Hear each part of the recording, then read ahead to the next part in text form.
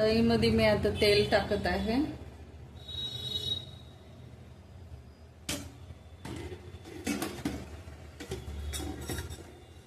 कढईमध्ये आता तेल टाकलेलं आहे.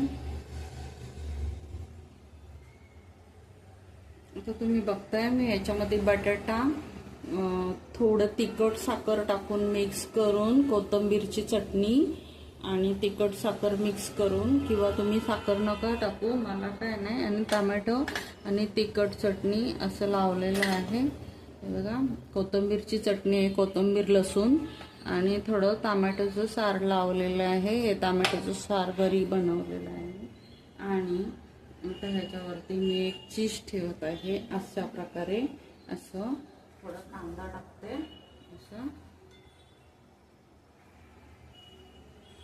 असं बंद करते. असं बंद करणार मी, मग तुम्हाला दाखवते.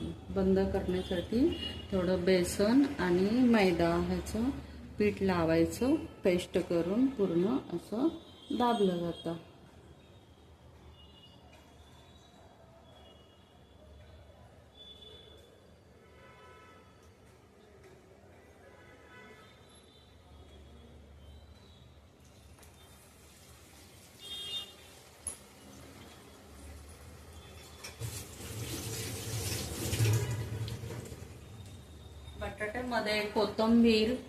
बटाट्यामध्ये कोथिंबीरची चटणी जेव्हा करतो तेव्हा पांढरे तीळ घ्यायचे आणि थोडी लसूण घ्यायची, हिरवी मिरची पण घ्यायची एक.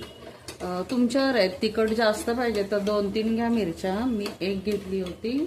आणि हे तिखट मिक्स का करतो आपण ह्याच्यामध्ये, थोडी साखर टाकून, हळद, मीठ, तिखट, त्याला चटणीचे लेअर येतो. पण बाहेरून रेडीमेड चटणी आणण्यापेक्षा ही चटणी आहे, ही चटणी लावायची आतमध्ये बटाट्यावर आणि वरती तुम्ही त्याला हे कोथिंबीरची चटणी, टोमॅटो, असं बटाटा वगैरे सर्व मॅश केलेलं आहे आणि त्याच्याबरोबर तुम्ही लावू शकता. खूप पाऊस बाहेर आहे, मग हे कुरकुरीत खायला छान वाटतं. बाहेर वडापाव रोज नाही खाऊ शकत ना, म्हणून.